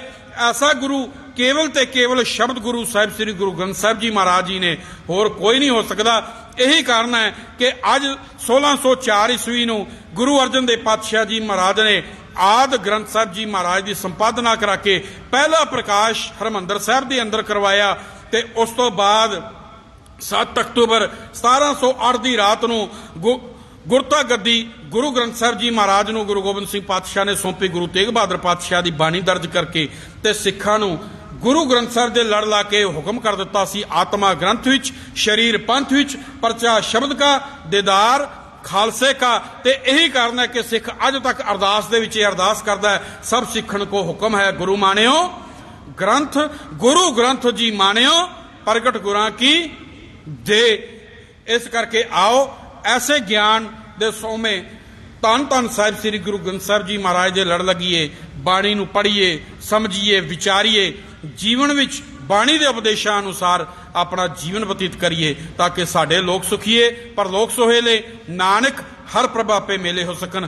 ਵਿਚਾਰਾਂ ਕਰਦਿਆਂ ਬੇਅੰਤ ਪ੍ਰਕਾਰ ਦੀਆਂ ਭੁੱਲਾਂ ਗਲਤੀਆਂ ਹੋ ਜਾਂਦੀਆਂ ਹਨ, ਗੁਰੂ ਤੇ ਸੰਗਤ ਬਖਸ਼ਣ ਯੋਗ ਹੋ। ਆਖੀਰ ਦੇ ਵਿੱਚ ਜਿੱਥੇ ਆਪ ਸਮੁੱਚੀਆਂ ਸੰਗਤਾਂ ਦਾ ਧੰਨਵਾਦ, ਧੰਨ ਧੰਨ ਸਾਹਿਬ ਸ੍ਰੀ ਗੁਰੂ ਗ੍ਰੰਥ ਸਾਹਿਬ ਜੀ ਮਹਾਰਾਜ ਦਾ ਕੋਟਾਨ ਕੋਟ ਧੰਨਵਾਦ, ਉੱਥੇ ਨਾਲ ਹੀ ਸਾਡੇ ਇੱਕ ਬਾਣੀ ਚੈਨਲ ਦੇ ਵੀਰ ਸਤਨਾਮ ਸਿੰਘ ਜੀ ਤੇ ਇੱਕ ਬਾਣੀ ਚੈਨਲ ਦਾ ਵਿਸ਼ੇਸ਼ ਰੂਪ ਦੇ ਵਿੱਚ ਬਹੁਤ ਬਹੁਤ ਧੰਨਵਾਦ। ਜਦੋਂ ਵੀ ਇਹਨਾਂ ਨੂੰ ਯਾਦ ਕਰੋ, ਇਹ ਸਮਾਂ ਕੱਢ ਕੇ ਆਣ ਕੇ ਧਾਰਮਿਕ ਕਵਰੇਜ ਕਰਦੇ ਨੇ ਤੇ ਘਰ ਬੈਠੀਆਂ ਹੋਈਆਂ ਸੰਗਤਾਂ ਤੱਕ ਵੀ ਜਿਹੜਾ ਹੈ ਇਹ ਗੁਰਬਾਣੀ ਦਾ ਲਾਹਾ ਪਹੁੰਚਾਉਣ ਦਾ ਯਤਨ ਕਰਦੇ ਨੇ। ਸਾਰਿਆਂ ਦਾ ਬਹੁਤ ਬਹੁਤ ਧੰਨਵਾਦ। ਹੋਈਆਂ ਭੁੱਲਾਂ ਚੁੱਕਾਂ ਲਈ ਖਿਮਾ, ਗੱਜ ਕੇ ਬੁਲਾਓ ਫਤਿਹ। ਵਾਹਿਗੁਰੂ ਜੀ ਕਾ ਖਾਲਸਾ, ਵਾਹਿਗੁਰੂ ਜੀ ਕੀ ਫਤਿਹ। ਰਾਮ ਕਲੀ ਮਹਿਲਾ ਤੀਜਾ, ਆਨੰਦ ਓੰਕਾਰ ਸਤਿਗੁਰ ਪ੍ਰਸਾਦ। ਆ ਮੇਰੀ ਮਾਈ ਸਤਿਗੁਰੂ ਮੈਂ ਪਾਇਆ, ਸਤਿਗੁਰ ਤਾਂ ਪਾਇਆ ਸਹਿ ਸੇਤੀ ਮਨ ਵਜੀਆਂ, ਵਾਧਾਈਆਂ ਰਾਗ ਰਤਨ ਪਰਵਾਰ ਪਰੀਆਂ, ਸ਼ਬਦ ਗਾਵਨ ਆਈਆਂ ਸ਼ਬਦੋ ਤਾਂ ਗਾਵੋ ਹਰੀ ਕੇਰਾ, ਮਨ ਜਨੇ ਵਸਾਇਆ ਕਹਿ ਨਾਨਕ ਆਨੰਦ ਹੋਆ। ਸਤਿਗੁਰੂ ਮੈਂ ਪਾਇਆ ਏ ਮਨ ਮੇਰਿਆ, ਤੋ ਸਦਾ ਰੋ ਹਰ ਨਾਲੇ, ਹਰ ਨਾਲ ਰਹੋ। ਤੋ ਮਨ ਮੇਰੇ ਦੁਖ ਸਾ ਵਿਸਾਰਨਾ, ਅੰਗੀਕਾਰੋ ਕਰੇ ਤੇਰਾ, ਕਾਰਿ ਸਭ ਸਵਾਰਨਾ। ਸਮਰੱਥ ਸੁਆਮੀ ਸੋ ਕਿਉ ਮਨੋ ਵਿਸਾਰੇ, ਕਹਿ ਨਾਨਕ ਮਨ ਮੇਰੇ ਸਦਾ ਰੋ ਹਰ ਨਾਲੇ। ਸਾਚੇ ਸਾਹਿਬਾ ਕਿਆ ਨਹੀਂ ਕਰਤੇ ਰਹਿ, ਕਰਤਾ ਤੇਰਾ ਸਭ ਕਿਛ ਹੈ, ਜਿਸ ਦੇ ਸੋ ਪਾਵੇ। ਸਦਾ ਸਿਵ ਸਲਾਹ ਤੇਰੀ, ਨਾਮ ਮਨ ਵਸਾਵੇ। ਨਾਮ ਜਿਨ ਕੈ ਮਨ ਵਸਿਆ, ਵਾਜੇ ਸ਼ਬਦ ਕਨੇਰੇ। ਕਹਿ ਨਾਨਕ ਸੱਚੇ ਸਾਹਿਬ ਕਿਆ ਨਾਹੀ ਕਰਤੇ ਰਹਿ ਸਾਚਾ। ਸਾਚ ਨਾਮ ਆਧਾਰ ਮੇਰਾ, ਜਿਨ ਭੁੱਖਾਂ ਸਭ ਗਵਾਈਆਂ। ਕਰ ਸ਼ਾਂਤ ਸੁਖ ਮਨ ਆਈ ਵਸਿਆ, ਜਿਨ ਇੱਛਾ ਸਭ ਪੁਜਾਈਆਂ। ਸਦਾ ਕੁਰਬਾਨ ਕੀਤਾ ਗੁਰੂ ਵਿਟੋ, ਜਿਸ ਦੀਆਂ ਵਡਿਆਈਆਂ। ਕਹਿ ਨਾਨਕ ਸੁਨੋ ਸੰਤੋ, ਸ਼ਬਦ ਤਰੋ ਪਿਆਰੋ ਸਾਚਾ। ਨਾਮ ਮੇਰਾ ਆਧਾਰੋ, ਵਾਜੇ ਪੰਚ ਸ਼ਬਦ ਤਿਤ ਘਰ ਸੁਭਾਗੈ। ਘਰ ਸੁਭਾਗੈ ਸ਼ਬਦ ਵਾਜੇ ਕਲਾ, ਜਿਤ ਕਰ ਤਾਰੀਆ ਪੰਚ ਦੋਤ ਵਸ ਕੀਤੇ। ਤੁਰ ਕਰਮ ਪਾਇਆ ਤੁ ਜਨ ਕੋ, ਸੇ ਨਾਮ ਹਰ ਕੈ ਲਾਗੇ। ਕਹਿ ਨਾਨਕ ਤੈ ਸੁਖੋ ਆਤਿਤ ਕਰ, ਅਨੰਦ ਵਾਜੇ ਅਨੰਦ ਸੁਨੋ ਵਡ ਭਾਗਿਓ। ਸਗਲ ਮਨੋਰਥ ਪੂਰੇ, ਪਾਰ ਬ੍ਰਹਮ ਪ੍ਰਭ ਪਾਇਆ ਉਤਰੇ। ਸਗਲ ਵਿਸੂਰੇ, ਦੁਖ ਰੋ ਸੰਤਾਪ ਉਤਰੇ। ਸੁਣੀ ਸੱਚੀ ਬਾਣੀ ਸੰਤ ਸਾਜਨ, ਪੂਰੇ ਗੁਰ ਤੇ ਜਾਣੀ। ਸੁਣਤੇ ਪੁਨੀਤ ਕਹਤੇ ਪਵਿੱਤ, ਸਤਿਗੁਰ ਆਪਰ ਪੂਰੇ। ਬਿਨਵੰਤ ਨਾਨਕ ਗੁਰ ਚਰਨ ਲਾਗੇ, ਵਾਜੇ ਅਨਹਤੂਰੇ। ਸੁਣਤੇ ਪੁਨੀਤ ਕਹਤੇ ਪਵਿੱਤ, ਸਤਿਗੁਰ ਆਪਰ ਪੂਰੇ। ਬਿਨਵੰਤ ਨਾਨਕ ਗੁਰ ਚਰਨ ਲਾਗੇ, ਵਾਜੇ ਅਨਹਦ ਤੂਰੇ। ਵਾਹਿਗੁਰੂ ਜੀ ਕਾ ਖਾਲਸਾ, ਵਾਹਿਗੁਰੂ ਜੀ ਕੀ